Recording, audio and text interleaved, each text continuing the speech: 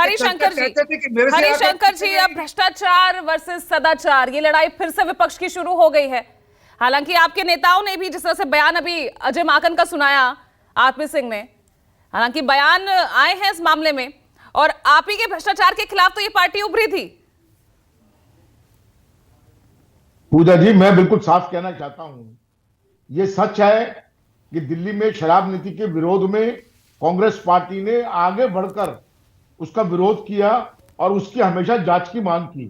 लेकिन सवाल यह है कि अगर केंद्र की सरकार और भारतीय जनता पार्टी जिसने फैसला किया है कि विपक्ष मुक्त भारत बनाने का फैसला किया है, तो ये चीज की हम भर्त्सना करते हैं, इसका विरोध करते हैं। और इसी बात को लेकर राहुल जी ने, प्रियंका गांधी ने टिप्पणी की है।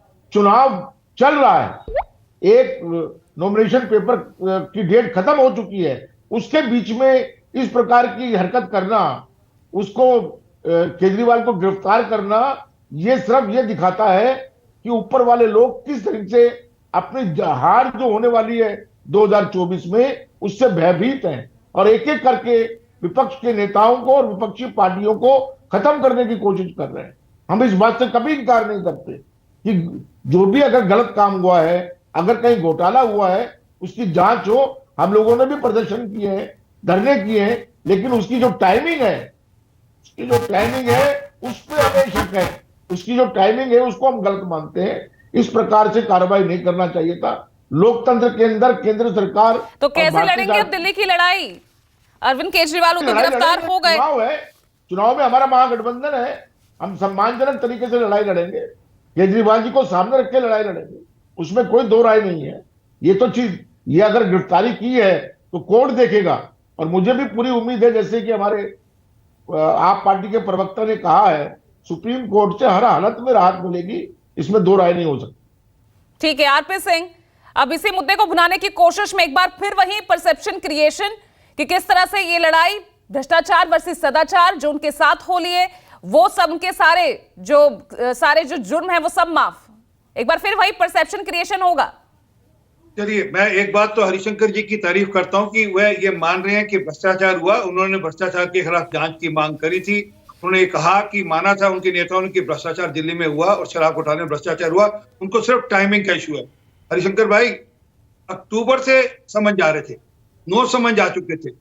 आप भी जानते हो कि किस किस क्या क्या नए नए बहाने ढूंढे उन्होंने कि मुझे मेडिटेशन पे करना है, विपासना पे जाना है, कभी मुझे दिवाली मनानी है। तो अलग अलग बहाने ढूंढकर वे समन से बचते रहे। ये पहले समन में पेश होते तो टाइमिंग ठीक हो जाता, परंतु उनको तो क्योंकि ये दिखाना था कि मैं दिल्ली का मालिक हूँ। लेकिन आरपी सिंह साहब, टाइमिंग का तो ये इशू भी है ना कि जब एमपी, राजस्थान, छत्तीसगढ़ के विधानसभा चुनाव होते हैं, उससे ठीक पहले विपक्ष के नेताओं के खिलाफ ईडी की रेड होती है। छत्तीसगढ़ के मुख्यमंत्री, उनके खिलाफ महाऐप जो घोटाला है वो सामने आ जाता है। अब यहां पर जब लोकसभा चुनाव है तो ठीक उससे पहले हेमंत सोरेन, पिछले 50 दिनों का ही मैं सफर बता रही हूं, हेमंत सोरेन के कविता और अरविंद केजरीवाल। जी धन्यवाद। हेमंत सोरेन का जो मामला है वो वहां की क्षेत्रीय पुलिस ने दर्ज किया था, ईडी बाद में आई थी। थोड़ा समझे जी, क्योंकि वहां की लोकल पुलिस ने दर्ज किया कि वहां की जो सरकारी जमीन है उसका कब्जा किया। आज में इट लेड टू कि हेमंत सोरेन ने कब्जा किया। तो उसके बाद ईडी का इंटरफेरेंस इसमें हुआ और वो कंप्लेंट वहां की पुलिस ने ईडी को भेजी थी। तो इसलिए ईडी का रोल नहीं उसमें, उसका रोल तो वहां की लोकल पुलिस का था। पहली बात, ये कविता के मामले में तो सबको जानकारी थी कि वो कंड्यूट थी। मैं अभी चैलेंज देता हूँ, आप पूछिए इनके आम आदमी पार्टी के जो हमारे प्रवक्ता बैठे हैं भारद्वाज साहब, कि क्या के कविता होटल बुराई के अंदर इनके नेताओं से मिली थी। ये साबित हो जाएगा अभी आने वाले दिनों में। सबकी जानकारी में कि वो यहाँ पर आकर साउथ कॉपी को लेकर बुराई होटल के अंदर बैठ कर मीटिंग्स करती थी।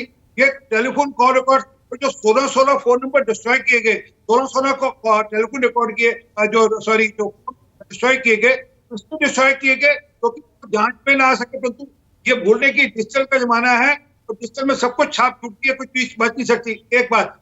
दूसरी बात, आप टाइमिंग पर बात कर रहे हैं, इसका मतलब कि भ्रष्टाचारी के खिलाफ कार्रवाई नहीं हो सकती। चुनाव तो हमारे देश में लगातार चलते हैं, हर साल चुनाव होते हैं, हर 6 महीने में चुनाव होते हैं। तो इसका मतलब कि भ्रष्टाचारी के खिलाफ कार्रवाई होनी बंद हो जाए, के खिलाफ जांच होनी बंद हो जाए। और आपने एक महादेव आंकड़े तो कुछ ऐसे ही कह रहे हैं ना, जितने जो नेता जो आपकी तरफ चले गए, महाराष्ट्र से ही शुरू कर लीजिए आप, अजित जी, पवार, ये तमाम नेता, नारायण राणे जो आपकी तरफ चले गए, कहां कौन से मामले वहां उनके खिलाफ चलते नजर आ रहे हैं? कौन सा विपक्षी नेता, कौन सा ऐसा नेता है जिनके खिलाफ अभी ईडी की रेड चल रही हो या कोई समन गया हो? बता दीजिए। हेमंता बिस्वा शर्मा, क्या उनके खिलाफ कोई ईडी का कार्रवाई कोई चल रही है क्या? पूजा बहन, मैं दो नाम आपने लिए, अजीत पवार और हेमंत बिस्वा शर्मा। मैं आपको चैलेंज देता हूं, जो भारद्वाज साहब ने सबसे बढ़िया वकील किया है कोर्ट के अंदर, उनको वो हायर करना, आप उनको हायर कर लो। की फीस मैं देता हूं, मैं आपको प्रॉमिस करता हूं, मैं आपको सब आपके व्यूअर्स के सामने करूं, उसकी फीस, उनकी फीस मैं दे दूंगा सिंघवी साहब की। आप केस लड़िए, केस जीत जाइए तो फीस मेरे से जिम्मे, और केस हार जाएंगे तो दुगनी फीस मुझे दीजिएगा।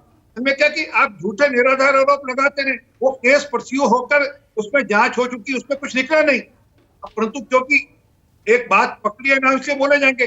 तो जहां पर जांच पे चीजें पकड़ी गई हैं, जहां पर लोग अपने सरकारी गवाह बन चुके हैं, जहां लोग कह रहे हैं कि हाँ कि ये व्यक्ति ने बात करी केजरीवाल साहब से, केजरीवाल साहब ने बात कराई कि दिनेश अरोड़ा जो घोटाले में इन्वॉल्व है, उसने कहा, जिसने पैसे दिए वो कहता है मैंने पैसे दिए। एक सरकारी अफसर कह रहा है कि हाँ मेरे सामने केजरीवाल साहब ने मीटिंग करी, सी अरविंद नाम से सरकारी अफसर है, वो कह रहे हैं कि हाँ मेरे सामने मीटिंग करी। ठीक है धनेंद्र भारद्वाज जी, ठीक है। एक सेकंड और, हाँ। एक सरकारी अफसर और है जिसने 2 चिट्ठियां लिखी थी केजरीवाल साहब को, ये कहकर कि ये 2021 की बात है, ये कहकर कि कार्टेल है 2021 में, कि ये कार्टेल मत होने दीजिए, और चिट्ठी केजरीवाल साहब को लिखी थी, कोई कार्रवाई नहीं करी। ठीक है।